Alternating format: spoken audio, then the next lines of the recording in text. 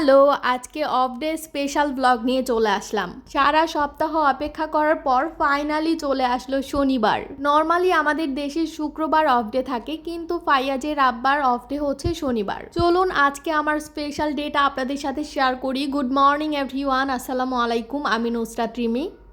একদম সকাল থেকে আজকের ব্লগটি শুরু করছি বরাবরের মতোই। বাকি দিনগুলো সকালবেলা একটা টেনশন কাজ করে যে সকালেই উঠতে হবে, রান্না করতে হবে, তবে আজকে কোনো টেনশন নাই। তবে আজকের টেনশন হচ্ছে কি স্পেশাল রেসিপি করে আমার বরকে খাওয়াবো। চিন্তা করতে করতে মাথায় আসলো আমার হাতের এই স্পেশাল পাস্তাটা ফাইয়াজের আব্বা ভীষণ পছন্দ করে, আজকে এটাই রান্না করা যাক।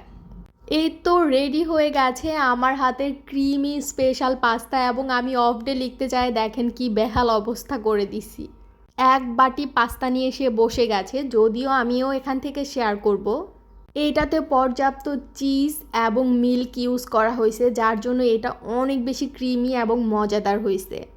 যদিও সকাল সকাল এরকম খাবার খাওয়া ঠিক না, তারপরেও স্পেশাল ডে বলে কথা, একদিন এরকম খাবার খাওয়াই যায়। আর আজকে সকালে একটু ভারী খাবার খাওয়ার কারণ হচ্ছে আজকে আমরা একটু লং টাইমের জন্য বাইরে যাচ্ছি। না, আমরা তিনজন একদম রেডি হয়ে গেছি বাইরে যাওয়ার জন্য। ফায়াজ আর আমি তো ভীষণ হ্যাপি, আপনারা দেখেই বুঝতে পারছেন, কারণ সারা সপ্তাহ ঘরবন্দি থাকলে একদিন বাইরে যেতে পারলে কে না খুশি হয়। আমার আর ফায়াজের এই ঘরবন্দি থাকার কষ্টটা যারা থাকেন তারাই বুঝতে পারবেন। এই রিক্সা দিয়ে একটু ঘোরা, এদিক সেদিক যাওয়া, এটাই আমাদের কাছে এত বেশি স্পেশাল ফিল হয় তখন। আমাদের বাসার রাস্তার যে অবস্থা, এই ঝাঁকুনির মধ্যেও আমার কত ভালো ফিল হইতেছে আমি বলে বোঝাতে পারবো না। মনে হইতেছে আমি এক মুক্ত পাখি। এরা বাপ পোলা একদম একরকম হইছে, তাকাও তাকাও বলতে বলতেও ক্যামেরার দিকে তারা তাকাইতে রাজি না। আমরা রিক্সা দিয়ে ঘুরতেছি, দুই একটা জায়গায় নামছিলাম, যদিও আমাদের রাস্তার অবস্থা নিশ্চয়ই আপনারা এখন ফলো করতেছেন। অনেকক্ষণ ঘোরাঘুরির পর অনেক টাইম পর আমরা বাসায় আসছি, আর বাসায় এসে একদমই রান্না করতে ইচ্ছা করছিল না। ফ্রিজে একটু পোলাও ছিল, একটু রোস্ট ছিল, ওগুলাই আমি গরম করে ফায়াজের আব্বাকে খেতে দিয়ে দিছি। নর্মালি শনিবারে আমি চেষ্টা করি ফায়াজের আব্বার পছন্দের খাবারটা রান্না করতে, এবং সে যাতে দুপুরে খুব তৃপ্তি করে খেতে পারে, কিন্তু আজকে এত ঘুরছি আমরা, আমাদের মন চাচ্ছিল না যে একটু রান্নাবান্না করে তারপর খাই।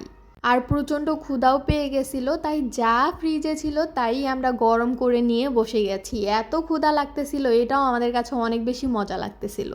আর আসলে আমি পোলাও মাংস অনেক পছন্দ করি, সেটা বাসি হোক আর যাই হোক। তবে ফাইয়াজের আব্বা একটু মাছ ভাত এসব খেতেই পছন্দ করে। যাই হোক, আমরা খাবার দাবার শেষ করে এখন দুজনে পান খাবো। একদম নানি নানি ফিল হইতেছে আমার। আমার নানু আর নানি একসাথে খাবার দাবার খেত, আবার একসাথে পান বানাই খেত, ঠিক সেরকমই ফিল হচ্ছিল এখন।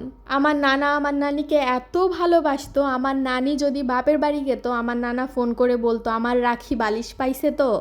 আমি আমার জামাইকে তো সবসময় বলি আমার নানা আমার নানির যে পরিমাণ ভালোবাসতো তুমি একটু ওরকম ভালোবাসতে পারবা না।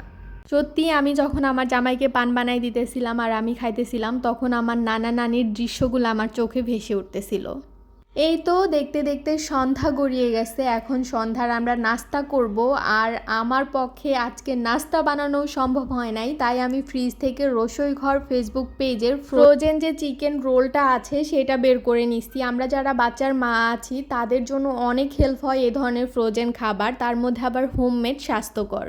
চিকেন রোলটার টেস্টটা ভালো ছিল, তবে চিকেনের পরিমাণটা একটু কম লাগছে, আবার প্রাইস অনুযায়ী চিন্তা করলে ঠিকই আছে। যারা জব করে অথবা বাচ্চার মা, তাদের জন্য এ ধরনের নাস্তা যে কতটা হেল্প হয়, মেহমান আসুক বা নিজেদের খাওয়ার জন্য একদম চটজলদি করে ফেলা যায়। তারপর শুক্রবারে আমার জামাই বাজার থেকে আসার সময় আমার জন্য একটা ডিসকোন আনছিল, সেটা আমি না খেয়ে ফ্রিজে রেখে দিয়েছিলাম। এটা খেতে খেতে এখন বিদায় নেই। থ্যাঙ্কস ফর ওয়াচিং, আল্লাহ হাফেজ।